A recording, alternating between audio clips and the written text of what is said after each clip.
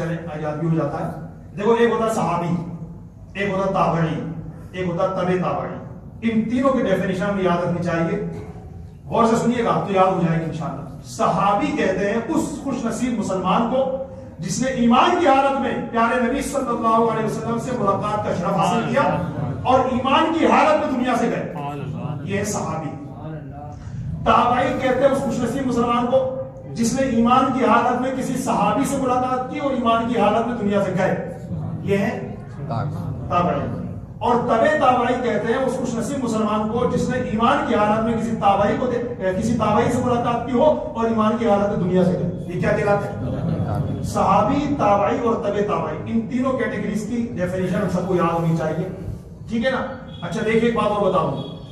اگر کسی نے رسول پاک صلی اللہ علیہ وسلم کو نہیں دیکھا لیکن حضور علیہ السلام سے ملاقات ہو گئی ایمان کی حالت میں اور ایمان کی حالت میں دنیا سے چلے گئے، بھلے انہوں نے حضور کو نہیں دیکھا مگر وہ بھی صحابی ہے.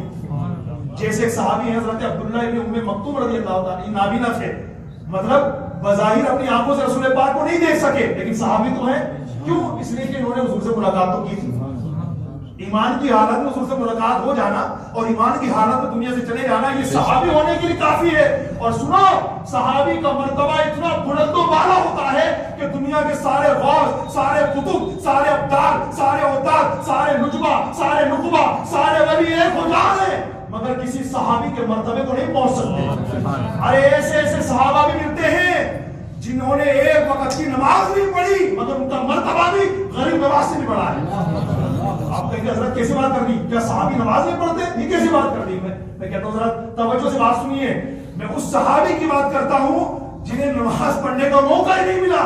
یعنی جیسے ایک صحابی کے بارے میں آتا ہے وہ اللہ کے رسول صلی اللہ علیہ وسلم کے پیچھے پیچھے چلے. ان کو بتایا گیا حضور علیہ السلام صحابہ کرام کے ساتھ میدان جہاد میں، میدان جنگ میں تشریف فرما ہے. وہ ابھی تک ایمان نہیں لائے تھے. وہ جلدی سے بھاگ کر کے رسول پاک صلی اللہ علیہ وسلم کی بارگاہ میں پہنچے اور حضور علیہ السلام کا چہرے مبارکہ دیکھا، ہاتھ ہاتھ کلمہ پڑھ لیا، مسلمان ہو گئے، حضور کی غلامی میں آ گئے. یعنی حضور کے صحابی بن گئے.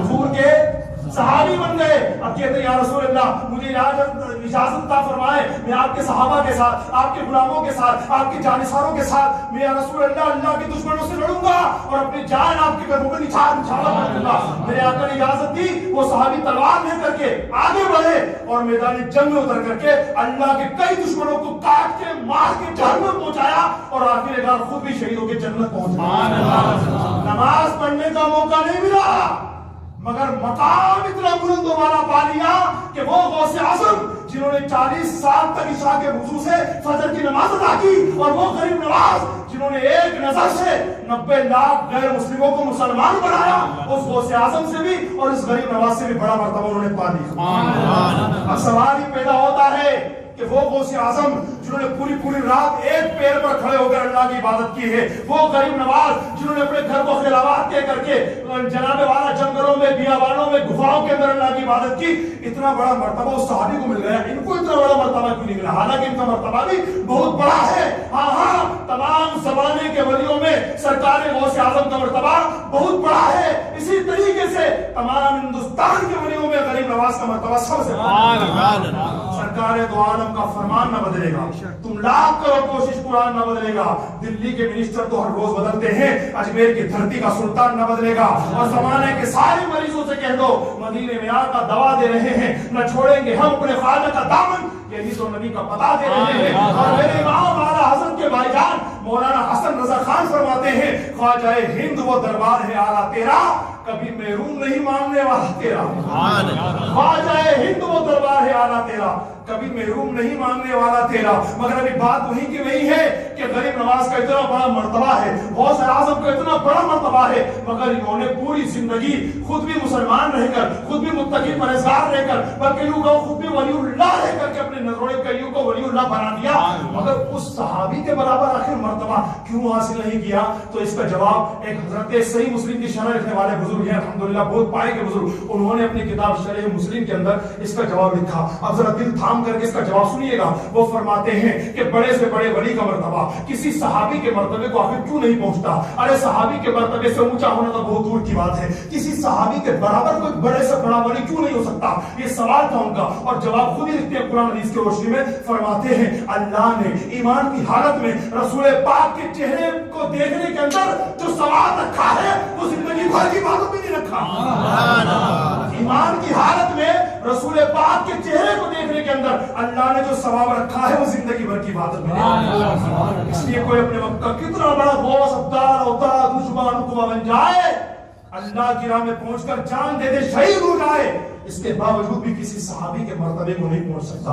اب ذرا سوچو تو صحیح، جب کوئی صحابی کے مرتبے کو نہیں پہنچ سکتا تو علی مولا کے مرتبے کو کہاں سے پہنچ جائے گا؟ جب علی مولا کا مرتبہ نہیں پا سکتا تو ذوالنورین کا مرتبہ کہاں سے پا لے گا؟ جب ذوالنورین کا مرتبہ نہیں پا لے گا تو حضرت عمر فاروق اعظم کا مرتبہ کیسے پا لے گا؟ جب فاروق اعظم کا مرتبہ نہیں پائے گا تو حضرت ابوبکر صدیق کا مرتبہ کیسے پائے گا؟ اور جب حضرت ابوبکر صدیق کا مرتبہ نہیں پائے گا تو کسی نبی کا مرتبہ کیسے پا سکتا ہے؟ اور جب کسی نبی کا مرتبہ نہیں پا سکتا تو نبیوں کے نبی کا مرتبہ کیسے پائے گا؟